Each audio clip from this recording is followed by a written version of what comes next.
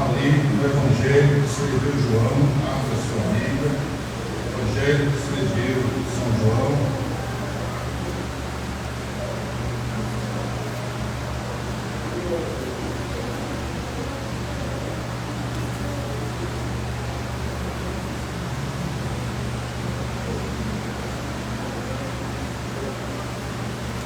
Evangelho que escreveu São João,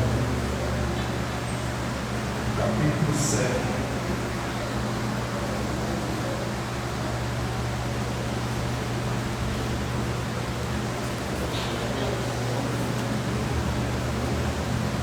Evangelho que escreveu São João, capítulo 7. Todos acharam? Mateus, Marcos, Lucas e João.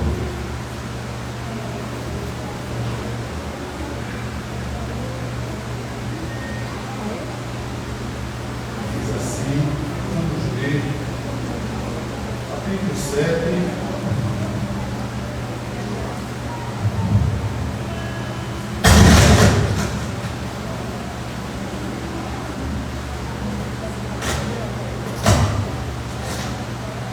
nós vamos ler o versículo 10, 11.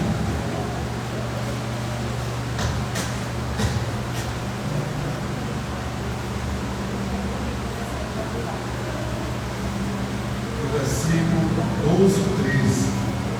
No capítulo 7, nós vamos ler versículo 10, 11, 12 e 13. E depois nós vamos ler, ainda no capítulo 7, do versículo 37 ao versículo de número 39. Mas, quando seus irmãos já tinham subido à festa, então subiu ele também, não manifestamente, mas como em oculto. Ora, os judeus procuravam-no na festa e diziam: onde está ele? E havia uma grande multidão, ou seja, murmuração entre a multidão a respeito dele. Diziam alguns: ele é bom, e outros diziam: não, antes engana o povo. Todavia ninguém falava dele abertamente por medo dos judeus. Presta atenção no mesmo capítulo, leia na sua Bíblia comigo, versículo 37.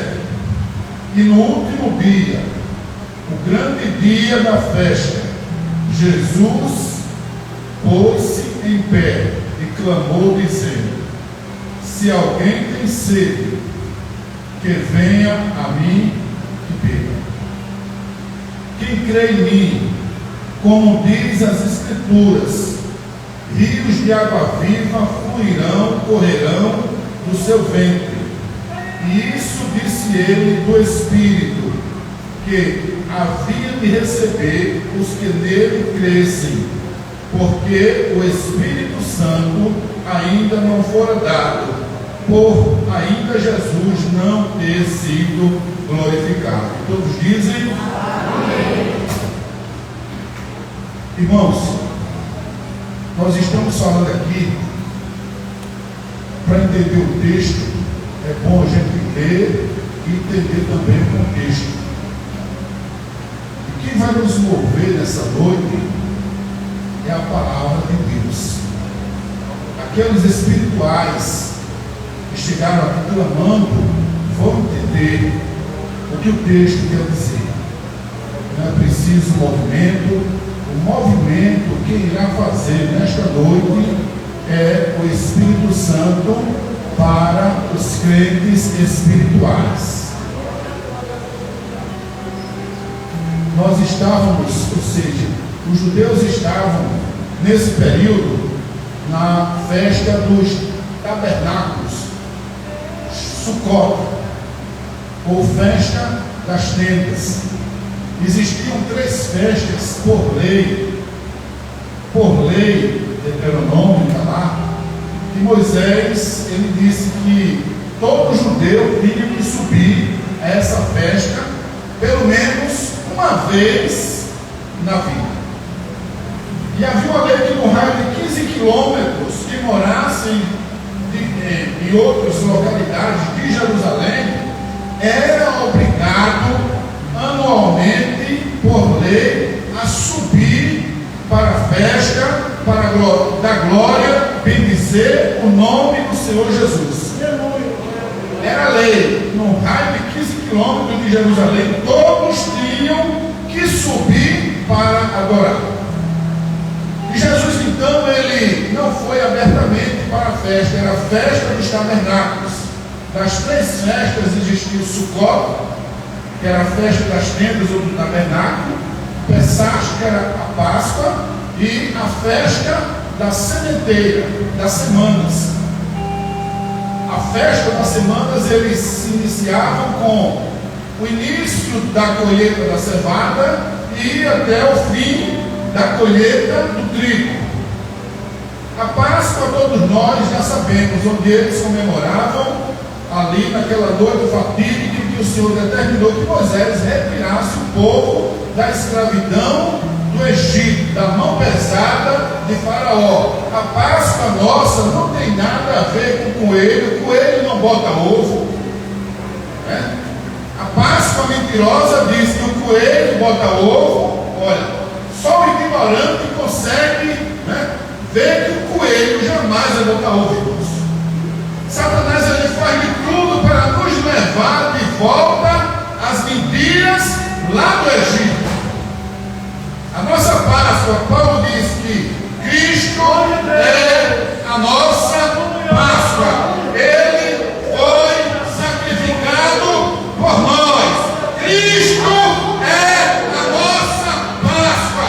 Ele foi sacrificado por nós. Satanás, a Bíblia, o mundo não retirará das nossas mentes, do nosso coração, da vida das nossas crianças, que Cristo é o nosso Cordeiro, é a nossa Páscoa.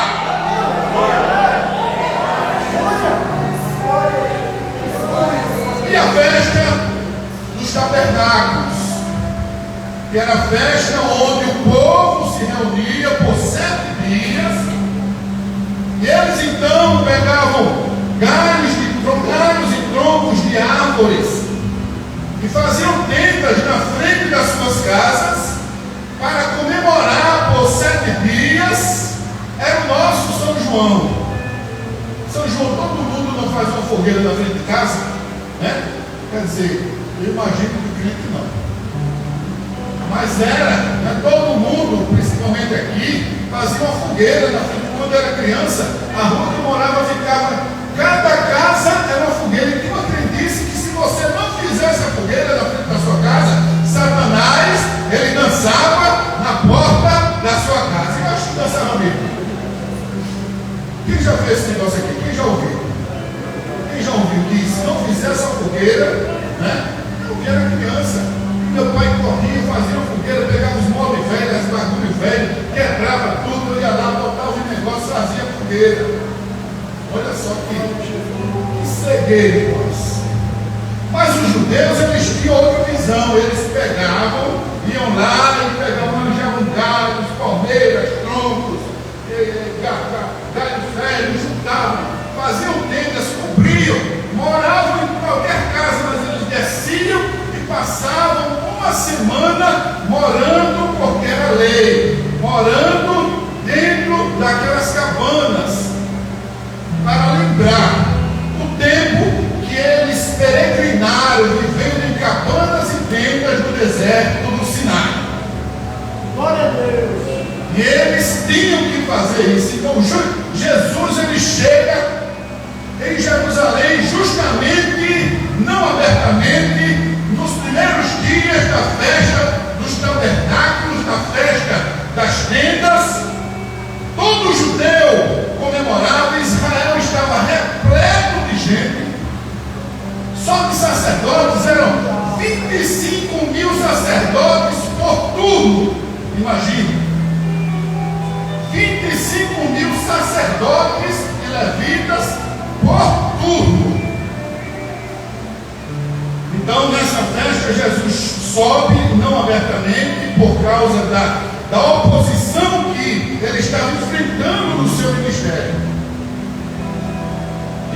fica ali ensinando no templo.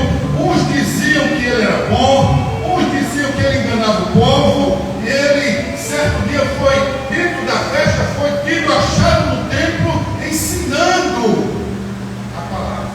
Glória a Deus.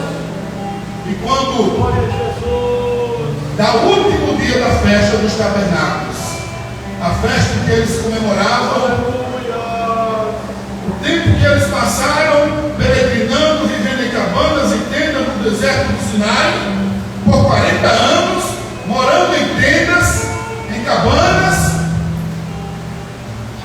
Jesus, então, no último dia da festa, o grande dia, Jesus se apresenta no templo.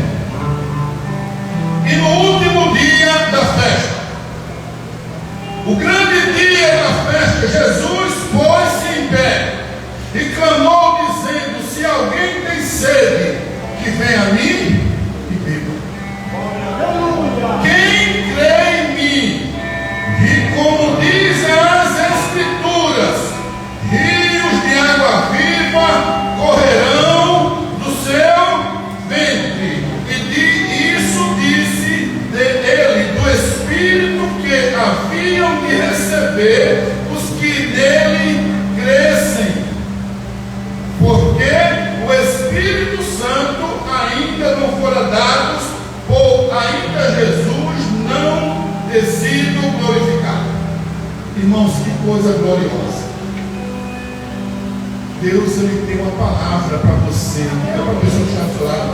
Deus, diga assim, israelita, diga assim, israelita. Deus tem uma palavra. Fica aí para o irmão, olha para ele, diga: israelita, Deus tem uma palavra para você. Deus não me trouxe aqui para você sair da mesma maneira que chegou, achando que a promessa não vai se cumprir. Que Deus te prometeu, Ele, por esses dias, há de cumprir. Rios de água viva fluirão do seu ventre. Rios de água viva, você sentirá algo diferente na sua vida. Você vai ver que algo está mudando no seu viver.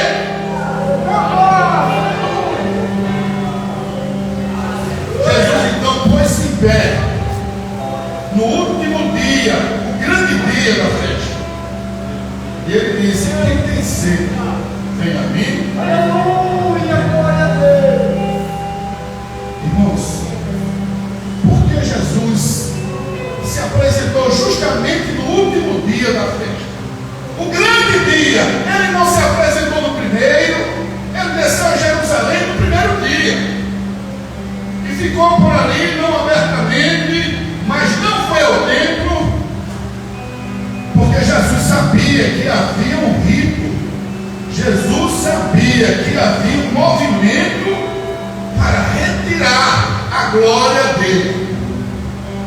Então Jesus, ele se coloca no último dia da festa dos tabernáculos, vai ao templo.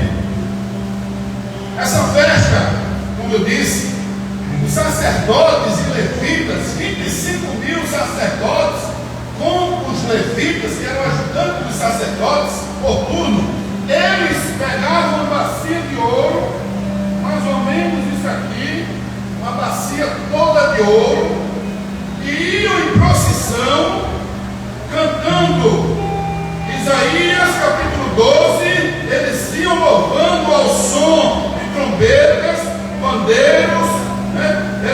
Eles iam em procissão, e os levitas cantores cantando Isaías 12, e eles, além de ir em procissão, para o tanque de Siloé, que significava o enviado.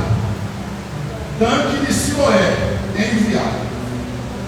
E Jesus então, olhando aquela cena, e aquela cena se repetia por 7 dias. 7 dias os sacerdotes saíam do templo em procissão e andavam 6 quilômetros do templo por ruas apertadas,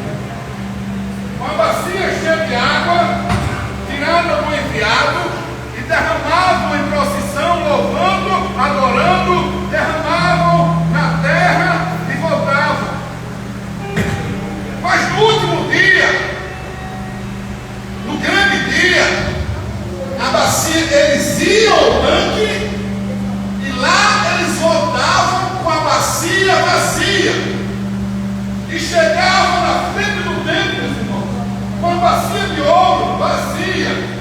Mas por que, meu irmão, a bacia eles não enchiam no último dia e voltavam para derramar água? Porque esse derramamento de água tinha um significado tríplice para o povo de Deus.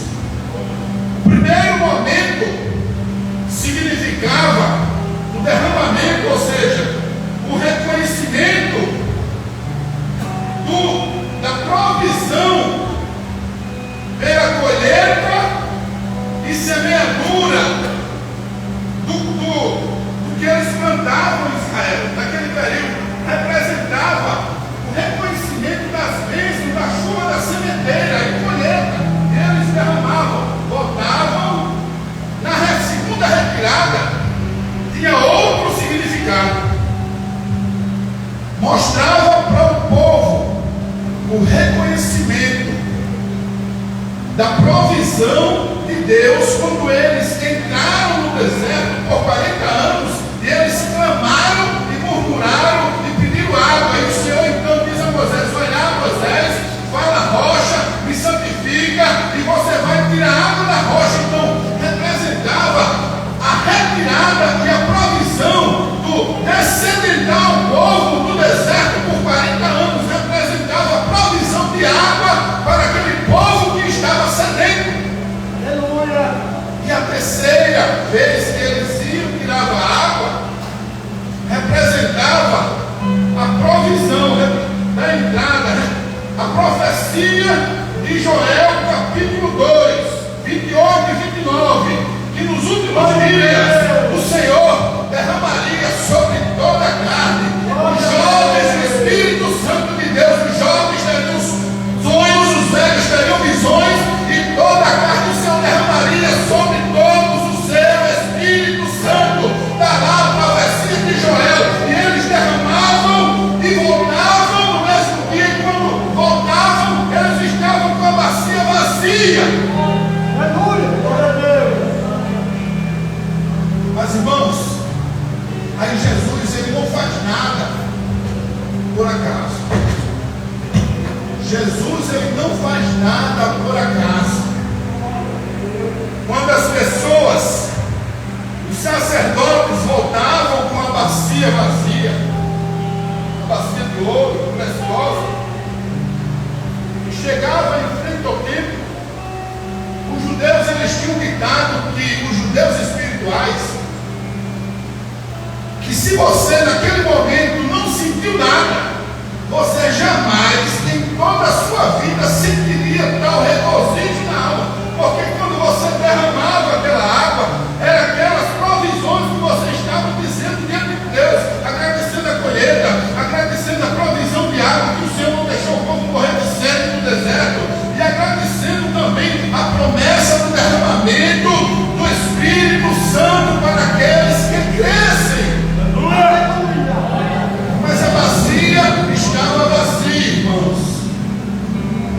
E Jesus então chega nesse último dia, ele olhando para os sacerdotes, olhando o ritual vazio, olhando para aquela bacia vazia que tinha um significado também, que eles agora estavam saindo do deserto e entrando numa terra em que mandava água, rios e fontes, e eles não precisavam mais daquela água.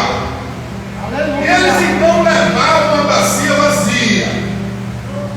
Jesus vendo o povo de Israel olhando para aquela bacia vazia, sedento, com sede, angustiado, preocupado, vendo a bacia vazia, as pessoas com a promessa, esperando o derramamento do Espírito Santo, esperando a efusão do Espírito, a promessa que está predita lá no profeta Joel, que derramaria sobre toda a carne o seu Espírito, que os velhos teriam visões, que os jovens sonhariam sonhos, e essa promessa ela nunca chegava, nunca acontecia. E o Senhor então olha para a bacia vazia, é a angústia do povo. O Senhor então diz: quem crê em mim, como diz Escrituras: rios de água viva fluirão do seu ventre. Vocês estão agora diante do enviado. O Siloé não é mais lá, o Siloé é aqui. O tanto sou eu que batizo com o Espírito Santo, sou eu quem cumpre as promessas, sou eu quem velo por ti, sou eu quem mato a sua sede, sou eu quem dou a provisão para a sua casa, sou eu que faço você feliz, sou eu que lhe dou todas as bênçãos que você está pedindo, sou eu quem cumpro as promessas do derramamento do Espírito para aqueles que me pedem. Não é preciso mais ficar angustiado, olhando para uma bacia vazia. Jesus estava dizendo: não é preciso mais andar 6 quilômetros, você tem agora que chegar ao Siloé de Deus. Eu estou aqui.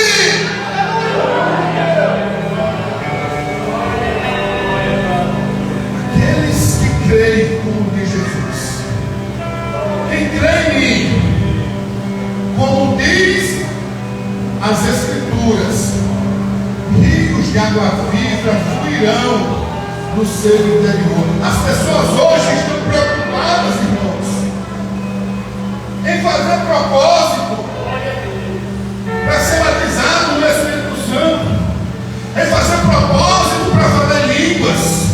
Não é preciso, irmãos. O Espírito Santo é dado por Jesus. Ele disse: aquele que crê nisso, você crê, você recebe. Se você crê, não é preciso você fazer promessa, subir escada, dar de joelho. É só você recorrer àquele que tem poder e autoridade, ao Siloé de Deus. É Ele que mata a sua sede. Os homens esperavam uma bacia vazia. Talvez você esteja esperando na pessoa errada. Talvez você tenha sido ensinado de maneira errada. Precisamos sim pedir ao Siloé de Deus. Ele é quem vai encher a nossa vida com água. A igreja precisa de água. A igreja está sedenta. A igreja está sufocada pelo mundo. As pessoas estão sufocadas todos os dias. Mas Jesus disse: aquele que tem sede, venha a mim e beba. Rios de água viva fluirão no seu interior. Você vai sentir algo diferente. O mundo não tem, mas você tem o Espírito Santo. O mundo não sente, mas você sente o seu ventre borbulhar com a presença do Senhor, irmão.